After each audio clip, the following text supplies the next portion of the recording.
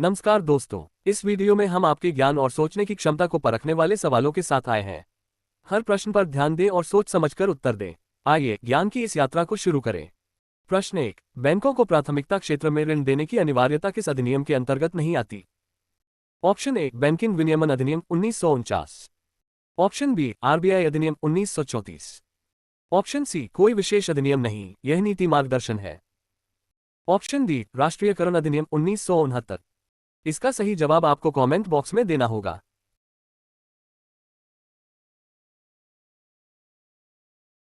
तो चलिए इसका सही जवाब देखते हैं। सही उत्तर है कोई विशेष अधिनियम नहीं, यह नीति मार्गदर्शन है। चलिए अब अगले प्रश्न की ओर बढ़ते हैं। प्रश्न 2। प्राथमिकता क्षेत्र ऋण लक्ष्य में कुल ऋण से आशय है।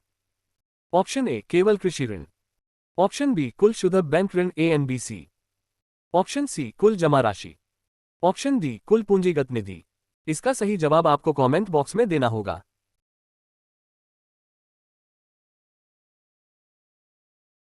तो चलिए इसका सही जवाब देखते हैं। सही उत्तर है कुल शुद्ध बैंक ऋण ANBC। चलिए अब अगले प्रश्न की ओर बढ़ते हैं। प्रश्न 3। यदि किसी बैंक का ANBC 1000 करोड़ रुपए है तो प्राथमिकता क्षेत्र में न्यूनतम ऋण कितना देना अनिवार्य है? ऑप्शन ए, 333 करोड़ रुपए। ऑप्शन बी, 350 करोड़ रुपए। ऑप्शन सी, 400 करोड़ रुपए। ऑप्शन डी, 450 करोड़ रुपए। इसका सही जवाब आपको कमेंट बॉक्स में देना होगा।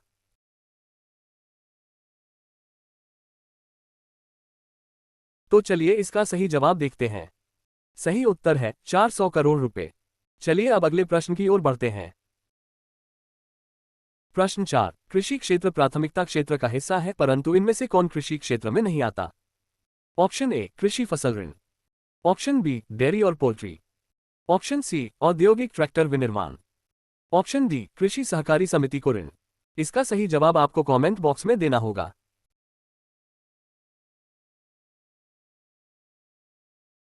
तो चलिए इसका सही जवाब देखते हैं। सही उत्तर है औद्योगिक ट्रैक्टर विनिर्माण। चलिए अब अगले प्रश्न की ओर बढ़ते हैं। प्रश्न 5। आरबीआई द्वारा निर्धारित प्राथमिकता क्षेत्र का प्रतिशत सभी बैंकों के लिए समान होता है सिवाय। ऑप्शन ए, क्षेत्रीय ग्रामीण बैंक RRBS। ऑप्शन बी, सार्वजनिक क्षेत्र के बैंक। ऑप्शन सी, निजी बैंक। ऑप्शन डी, विदेशी बैंक। इसका सही जवाब आपको कमेंट बॉक्स में देना होगा।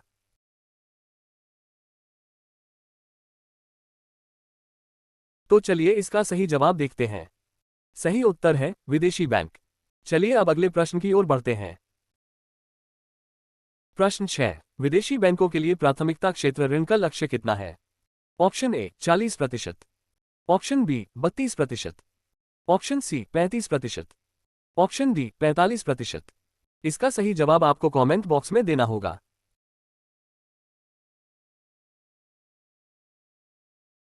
तो चलिए इसका सही जवाब देखते हैं। सही उत्तर है 32%।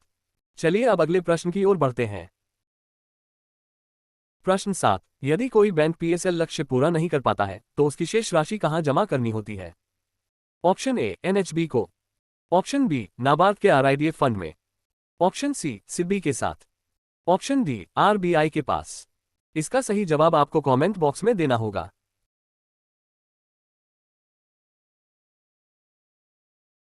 तो चलिए इसका सही जवाब देखते हैं। सही उत्तर है नाबार्ड के RIDF फंड में। चलिए अब अगले प्रश्न की ओर बढ़ते हैं। प्रश्न 8। Priority sector lending certificate PSLC किस उद्देश्य से जारी किया जाता है? ऑप्शन ए, बैंक को नकद आरक्षित अनुपात पूरा करने हेतु। ऑप्शन बी, बैंक को PSL लक्ष्य पूरा करने का अधिकार खरीदने हेतु। ऑप्शन सी, ऋण वसूली में सहायता के लिए। ऑप्शन डी, विदेशी मुद्रा विनिमय हेतु। इसका सही जवाब आपको कमेंट बॉक्स में देना होगा।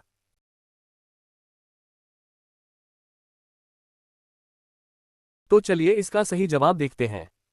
सही उत्तर है बैंक को PSL लक्ष्य पूरा करने का अधिकार खरीदने हेतु। चलिए अब अगले प्रश्न की ओर बढ़ते हैं। प्रश्न 9। यदि कोई बैंक PSL प्रमाण पत्र खरीदता है तो क्या उसे उतनी राशि का वास्तविक ऋण देना अनिवार्य है? ऑप्शन ए, हाँ अनिवार्य है। ऑप्शन बी, नहीं, प्रमाण पत्र से लक्ष्य पूरा माना जाता है। ऑप्शन सी, केवल 50% राशि देना जरूरी है। ऑप्शन डी, केवल कृषि ऋण पर लागू है। इसका सही जवाब आपको कमेंट बॉक्स में देना होगा।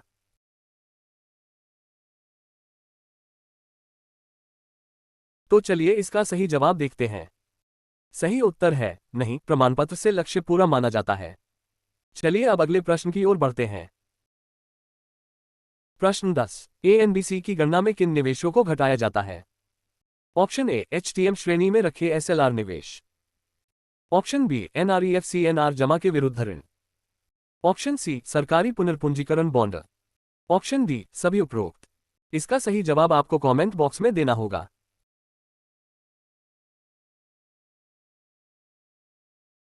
तो चलिए इसका सही जवाब देखते हैं। सही उत्तर है सभी उपरोक्त। चलिए अब अगले प्रश्न की ओर बढ़ते हैं। प्रश्न 11। टीएलटीआरओ 2.0 के तहत की गई निवेश प्राथमिकता क्षेत्र में तभी गिने जाएंगे जब ऑप्शन ए वे एचटीएम श्रेणी में रखे हों। ऑप्शन बी वे विदेशी निवेशक से प्राप्त हों। ऑप्शन सी वे एनआरई खातों से संबंधित हों। ऑप्शन डी वे अल्पकालिक ऋण हों। इसका सही जवाब आपको कमेंट बॉक्स में देना होगा।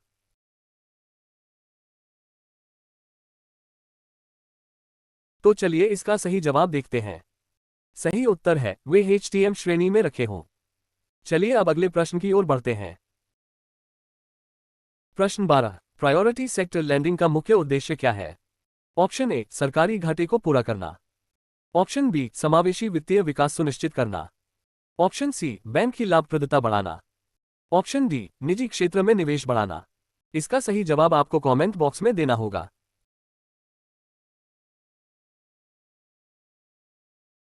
तो चलिए इसका सही जवाब देखते हैं। सही उत्तर है समावेशी वित्तीय विकास सुनिश्चित करना। चलिए अब अगले प्रश्न की ओर बढ़ते हैं। प्रश्न 13। पीएसएल के अंतर्गत हाउसिंग लोन की अधिकतम सीमा क्या है मेट्रो शहरों के लिए? ऑप्शन ए 25 लाख रुपए। ऑप्शन बी 35 लाख रुपए। ऑप्शन सी 45 लाख रुपए। ऑप्शन डी 50 लाख रुपए। इसका सही जवाब आपको कमेंट बॉक्स में देना होगा।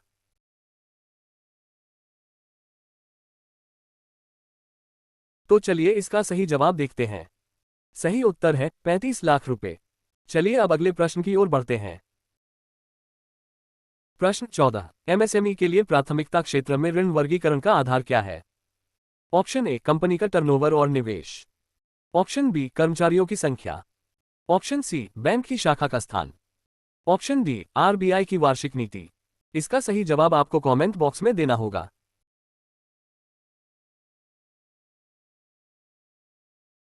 तो चलिए इसका सही जवाब देखते हैं। सही उत्तर है कंपनी का टर्नओवर और निवेश। चलिए अब अगले प्रश्न की ओर बढ़ते हैं। प्रश्न 15। कृषि ऋण के अंतर्गत माइक्रो फाइनेंस संस्थानों को दिया गया ऋण कब पीएसएल में गिना जाता है? ऑप्शन ए जब वह नाबार्ड द्वारा गारंटीड हो। ऑप्शन बी जब अंतिम लाभार्थी किसान हो। ऑप्शन सी जब वह आरआरबी द्वारा वितरित हो। ऑप्शन डी जब बैंक विदेशी मुद्रा में दे। इसका सही जवाब आपको कमेंट बॉक्स में देना होगा।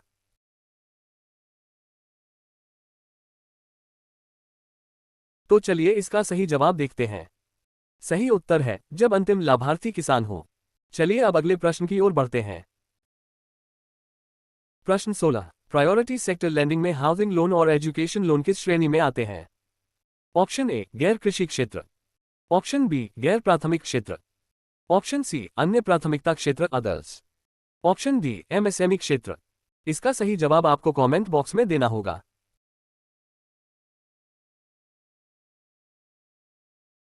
तो चलिए इसका सही जवाब देखते हैं। सही उत्तर है अन्य प्राथमिकता क्षेत्र अदर्स। चलिए अब अगले प्रश्न की ओर बढ़ते हैं। प्रश्न 17। आरबीआई द्वारा पीएसएल दिशानिर्देशों की निगरानी किस रिपोर्ट के माध्यम से की जाती है? Option A SLBC report. Option B CRAR report. Option C LBS report. Option D PSLC report. इसका सही जवाब आपको कमेंट बॉक्स में देना होगा।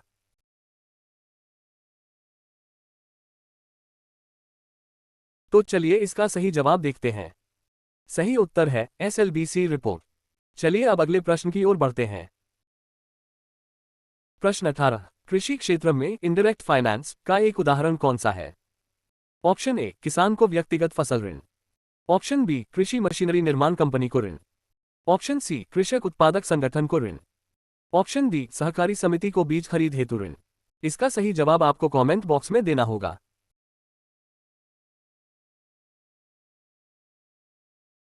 तो चलिए इसका सही जवाब देखते हैं। सही उत्तर है कृषि मशीनरी निर्माण कंपनी को ऋण। चलिए अब अगले प्रश्न की ओर बढ़ते हैं। प्रश्न 19। प्रायोरिटी सेक्टर लैंडिंग में बैंकों को ग्रामीण क्षेत्रों पर ध्यान केंद्रित करने का कारण क्या है? ऑप्शन ए, क्योंकि शहरी क्षेत्र में पहले से पर्याप्त निवेश है। ऑप्शन बी, क्योंकि ग्रामीण क्षेत्र वित्तीय समावेशन से वंचित हैं। ऑप्शन सी, क्योंकि आरबीआई की सिफारिश है। ऑप्शन डी, क्योंकि नाबार्ड नियंत्रक है। इसका सही जवाब आपको कमेंट बॉक्स में देना होगा।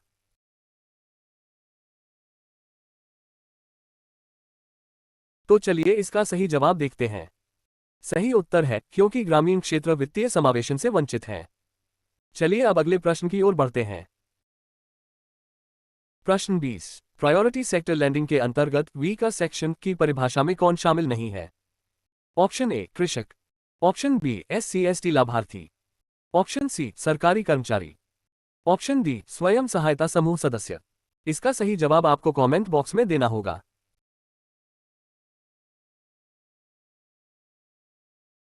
तो चलिए इसका सही जवाब देखते हैं। सही उत्तर है सरकारी कर्मचारी। चलिए अब अगले प्रश्न की ओर बढ़ते हैं। प्रश्न 21। वित्त वर्ष 2020-21 में छोटे एवं सीमांत किसानों SMFS के लिए प्राथमिकता क्षेत्र लक्ष्य कितना था? Option A, 7%। Option B, 8%। Option C, 9%। Option D, 10%। इसका सही जवाब आपको कमेंट बॉक्स में देना होगा।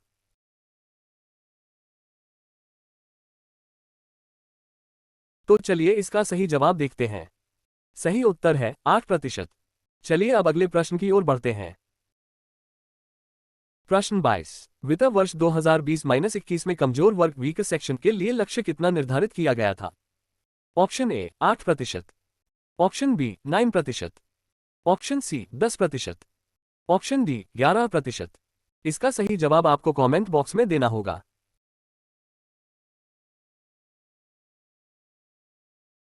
तो चलिए इसका सही जवाब देखते हैं। सही उत्तर है 10%। चलिए अब अगले प्रश्न की ओर बढ़ते हैं। प्रश्न 23। वित्त वर्ष 2021-22 में छोटे एवं सीमांत किसानों का लक्ष्य कितना था? Option A, 8%। Option B, 9%। Option C, 9.5%। Option D, 10%। इसका सही जवाब आपको कमेंट बॉक्स में देना होगा।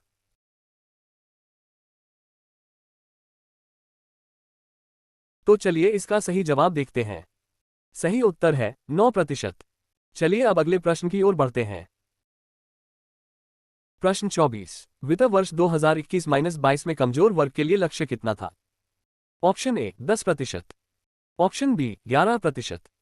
Option C, 11.5%। Option D, 12%। इसका सही जवाब आपको कमेंट बॉक्स में देना होगा।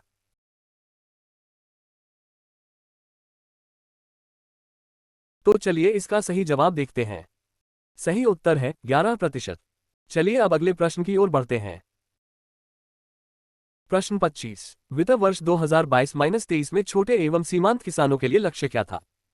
Option A, 8%। Option B, 9%। Option C, 9.5%। Option D, 10%। इसका सही जवाब आपको कमेंट बॉक्स में देना होगा।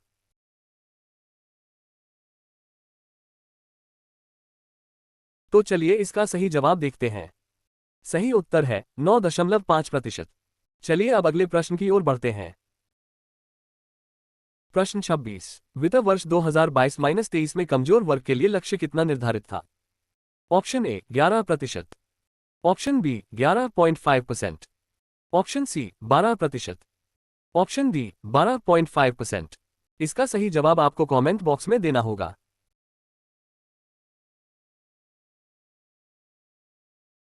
तो चलिए इसका सही जवाब देखते हैं। सही उत्तर है 11.5%। चलिए अब अगले प्रश्न की ओर बढ़ते हैं। प्रश्न 27। वित्त वर्ष 2023-24 में छोटे एवं सीमांत किसानों SMFS के लिए लक्ष्य कितना निर्धारित किया गया है? Option A, 9%। Option B, 9.5%।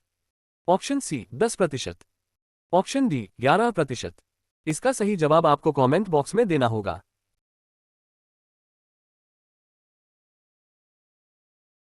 तो चलिए इसका सही जवाब देखते हैं। सही उत्तर है 10%। चलिए अब अगले प्रश्न की ओर बढ़ते हैं। प्रश्न 28। वित्त वर्ष 2023-24 में कमजोर वर्ग वीक सेक्शन का लक्ष्य कितना रखा गया है? Option A 10%, option B 11%, option C 11.5%, option D 12%। इसका सही जवाब आपको कमेंट बॉक्स में देना होगा।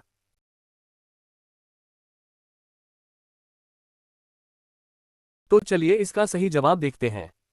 सही उत्तर है 12%। चलिए अब अगले प्रश्न की ओर बढ़ते हैं। प्रश्न 29। सभी घरेलू बैंक और 20 से अधिक शाखाओं वाले विदेशी बैंक को नॉन कॉर्पोरेट फार्मर्स एनसीएफएस को कम से कम कितना ऋण देना आवश्यक है? Option A 12%, option B 13.78%, option C 15%, option D 14%। इसका सही जवाब आपको कमेंट बॉक्स में देना होगा।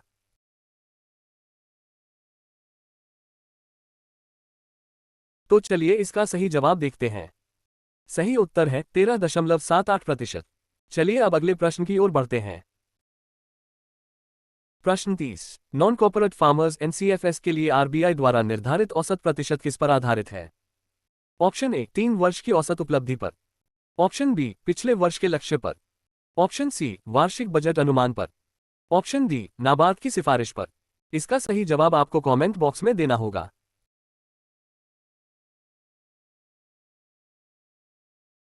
तो चलिए इसका सही जवाब देखते हैं। सही उत्तर है 3 वर्ष की औसत उपलब्धि पर। चलिए अब अगले प्रश्न की ओर बढ़ते हैं। प्रश्न 31। एनसीएफएस लक्ष्य की गणना में कौन से बैंक शामिल नहीं है?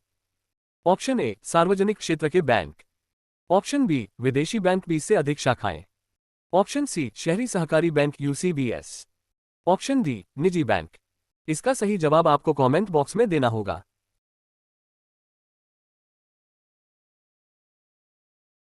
तो चलिए इसका सही जवाब देखते हैं। सही उत्तर है शहरी सहकारी बैंक यूसीबीएस। चलिए अब अगले प्रश्न की ओर बढ़ते हैं। प्रश्न 32। वीक सेक्शन में शामिल लक्ष्य किस नीति के तहत तय किया जाता है? ऑप्शन ए आरबीआई की प्राथमिकता क्षेत्र ऋण नीति, ऑप्शन बी वित्त मंत्रालय की कृषि नीति, ऑप्शन सी नाबार्ड की वार्षिक योजना, ऑप्शन डी नीति आयोग की रिपोर्ट। इसका सही जवाब आपको कमेंट बॉक्स में देना होगा।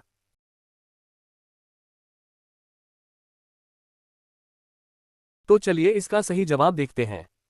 सही उत्तर है आरबीआई की प्राथमिकता क्षेत्र ऋण नीति।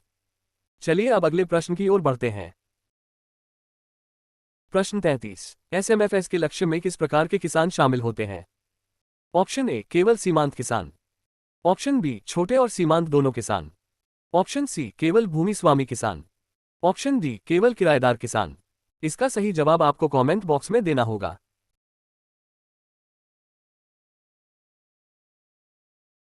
तो चलिए इसका सही जवाब देखते हैं। सही उत्तर है छोटे और सीमांत दोनों किसान। चलिए अब अगले प्रश्न की ओर बढ़ते हैं।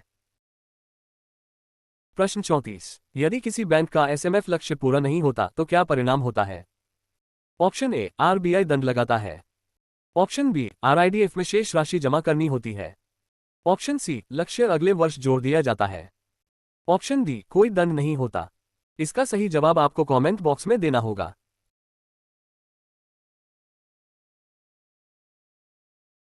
तो चलिए इसका सही जवाब देखते हैं। सही उत्तर है आरआईडीएफ में शेष राशि जमा करनी होती है। चलिए अब अगले प्रश्न की ओर बढ़ते हैं।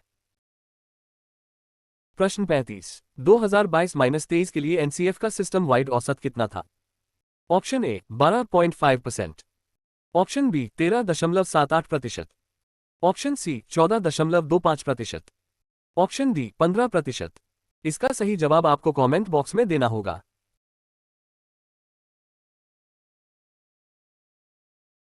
तो चलिए इसका सही जवाब देखते हैं। सही उत्तर है 13.78%। चलिए अब अगले प्रश्न की ओर बढ़ते हैं। प्रश्न 36। वीक सेक्शन में शामिल लाभार्थियों की अधिकतम आय सीमा किस पर निर्भर करती है? ऑप्शन ए आरबीआई दिशा निर्देश, ऑप्शन बी सरकार की वार्षिक अधिसूचना, option C NABARD report, option D SLBC बैठक। इसका सही जवाब आपको कमेंट बॉक्स में देना होगा।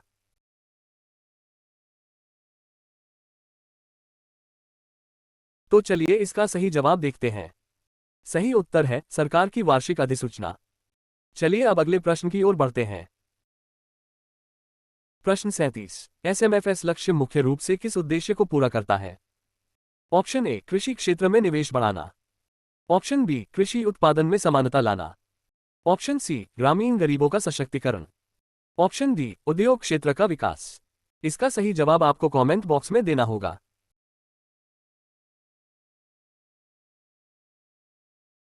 तो चलिए इसका सही जवाब देखते हैं। सही उत्तर है ग्रामीण गरीबों का सशक्तिकरण। चलिए अब अगले प्रश्न की ओर बढ़ते हैं। प्रश्न 38। वीक सेक्शन के लक्ष्य में निम्न में से कौन शामिल नहीं है? ऑप्शन ए SC/ST वर्ग, ऑप्शन बी स्वयं सहायता समूह SHGS, ऑप्शन सी बड़े औद्योगिक घराने, ऑप्शन डी कृषक मजदूर। इसका सही जवाब आपको कमेंट बॉक्स में देना होगा।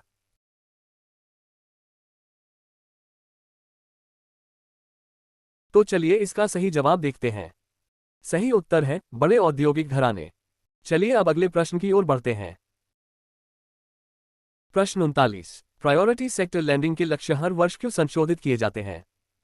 ऑप्शन ए आर्थिक स्थितियों के अनुसार अद्यतन करने हेतु, ऑप्शन बी सरकार के राजस्व को बढ़ाने हेतु, ऑप्शन सी नाबार्ड के अनुरोध पर, ऑप्शन डी बैंक की लाभप्रदता बढ़ाने हेतु। इसका सही जवाब आपको कमेंट बॉक्स में देना होगा।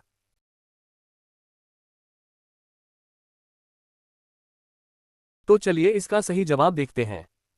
सही उत्तर है आर्थिक स्थितियों के अनुसार अद्यतन करने हेतु। चलिए अब अगले प्रश्न की ओर बढ़ते हैं। प्रश्न 40। एनसीएफ लक्ष्य का उद्देश्य क्या है?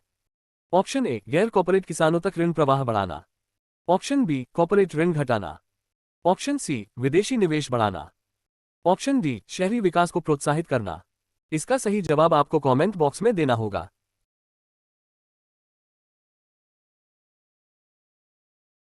तो चलिए इसका सही जवाब देखते हैं। सही उत्तर है गैर कॉर्पोरेट किसानों तक ऋण प्रवाह बढ़ाना। चलिए अब अगले प्रश्न की ओर बढ़ते हैं।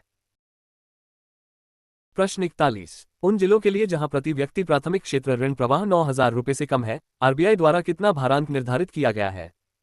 Option A 100%, option B 125%, option C 90%, option D 150%। इसका सही जवाब आपको कमेंट बॉक्स में देना होगा।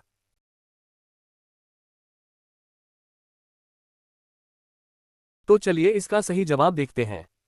सही उत्तर है 125%। चलिए अब अगले प्रश्न की ओर बढ़ते हैं। प्रश्न 42। ऐसे जिले जहां प्रति व्यक्ति प्राथमिक क्षेत्र ऋण प्रवाह 42,000 रुपए से अधिक है, वहां भारांक कितना रहेगा? Option A 75%, option B 90%, option C 100%, option D 110%। इसका सही जवाब आपको कमेंट बॉक्स में देना होगा।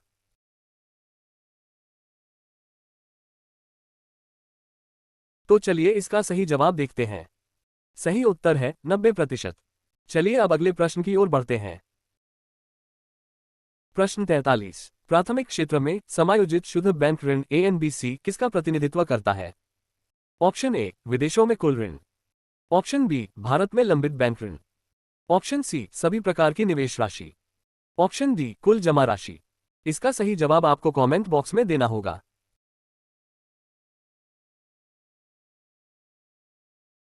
तो चलिए इसका सही जवाब देखते हैं। सही उत्तर है भारत में लंबित बैंक ऋण। चलिए अब अगले प्रश्न की ओर बढ़ते हैं। प्रश्न 44। कृषि क्षेत्र में व्यक्तिगत किसानों के लिए कृषि उत्पाद के विरुद्ध ऋण की अधिकतम सीमा कितनी है जब NWRN के विरुद्ध गिरवी रखा गया हो? ऑप्शन ए 50 लाख रुपए, ऑप्शन बी 60 लाख रुपए, ऑप्शन सी 75 लाख रुपए, ऑप्शन डी 1 करोड़ रुपए। इसका सही जवाब आपको कमेंट बॉक्स में देना होगा।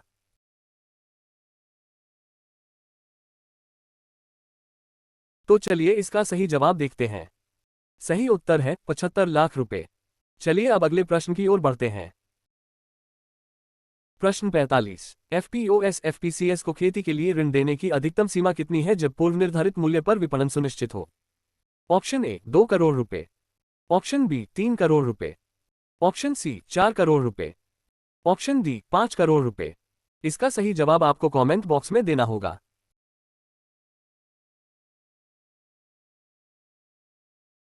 तो चलिए इसका सही जवाब देखते हैं।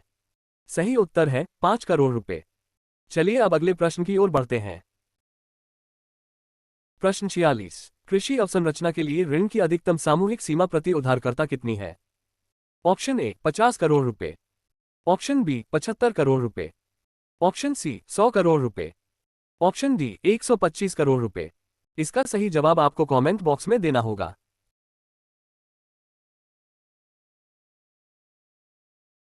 तो चलिए इसका सही जवाब देखते हैं। सही उत्तर है 100 करोड़ रुपए। चलिए अब अगले प्रश्न की ओर बढ़ते हैं।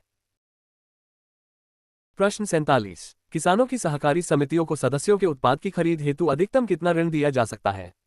ऑप्शन ए 2 करोड़ रुपए, ऑप्शन बी 3 करोड़ रुपए, ऑप्शन सी 5 करोड़ रुपए, ऑप्शन डी 10 करोड़ रुपए।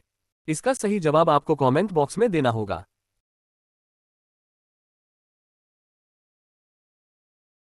तो चलिए इसका सही जवाब देखते हैं। सही उत्तर है 5 करोड़ रुपए।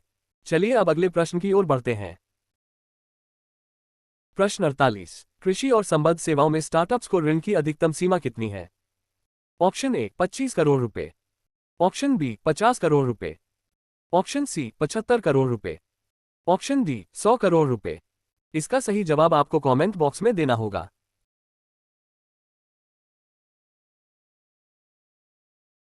तो चलिए इसका सही जवाब देखते हैं। सही उत्तर है 50 करोड़ रुपए। चलिए अब अगले प्रश्न की ओर बढ़ते हैं। प्रश्न 49। लघु और सीमांत किसान एसएमएफएस में सीमांत किसान वे होते हैं जिनकी भूमि की जोत सीमा कितनी होती है?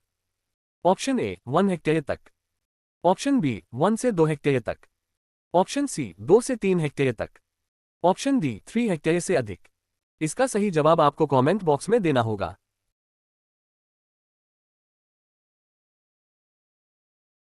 तो चलिए इसका सही जवाब देखते हैं।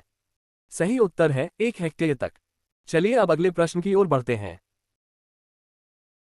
प्रश्न 50। केवीआई खादी एवं ग्रामोद्योग क्षेत्र के सभी ऋण प्राथमिक क्षेत्र के किस उपलक्ष्य के अंतर्गत वर्गीकृत किए जाते हैं? ऑप्शन ए कृषि उपलक्ष्य, ऑप्शन बी सूक्ष्म उद्यमों के लिए 7.5% उपलक्ष्य, ऑप्शन सी कमजोर वर्ग उपलक्ष्य, ऑप्शन डी ग्रामीण बुनियादी ढांचा उपलक्ष्य। इसका सही जवाब आपको कमेंट बॉक्स में देना होगा।